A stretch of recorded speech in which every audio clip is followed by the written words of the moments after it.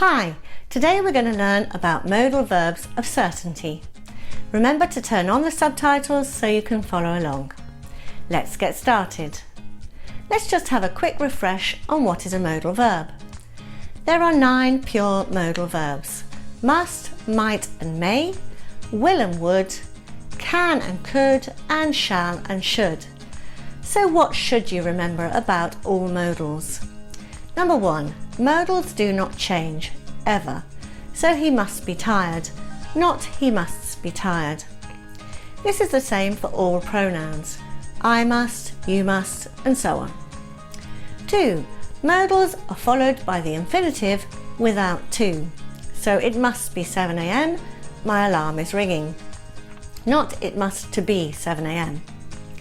3, negative modals use not or the abbreviation N''T. So he can't win, he hasn't trained at all, not he don't can win.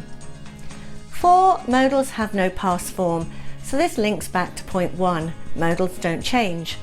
The verbs following the modal show the tense. So I must have had a bad dream and not I musted have had a bad dream. So let's look in more detail at modals of certainty.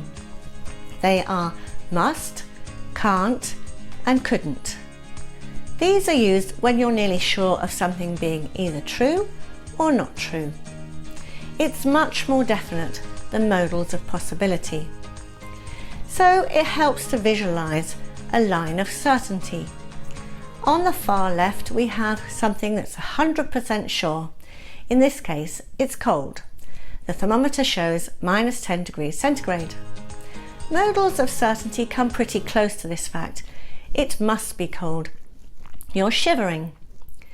Modals of possibility have far more doubt. It could be cold, it's October, but it could also be warm and sunny. It's a possibility. Then moving on to the negative end of the scale, back to our autumn day, it might not be cold. It could be warm. It's a possibility. You're not sure. Then when you're very sure that something is not true, you use it can't or couldn't. So in this case, it can't be cold or it couldn't be cold because people are swimming in the sea. This is almost certain. And then on the far right, we have something that's 100% certain of being not true. It's not cold outside. The thermometer shows the temperature. It's 30 degrees centigrade. So how do we use modals of certainty? In the present tense, we use must plus the infinitive without to, when we're sure that something is true. For example, it must be from Diana because she's in Japan.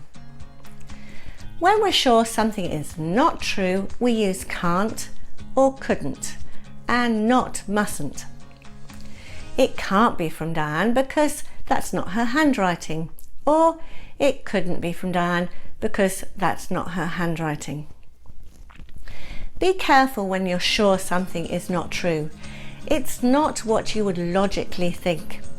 If you're sure it's true, you use must. So if you're sure it's not true, you must say mustn't, right? No. This is only used for modals of prohibition. You mustn't walk on the grass. It's against the rules.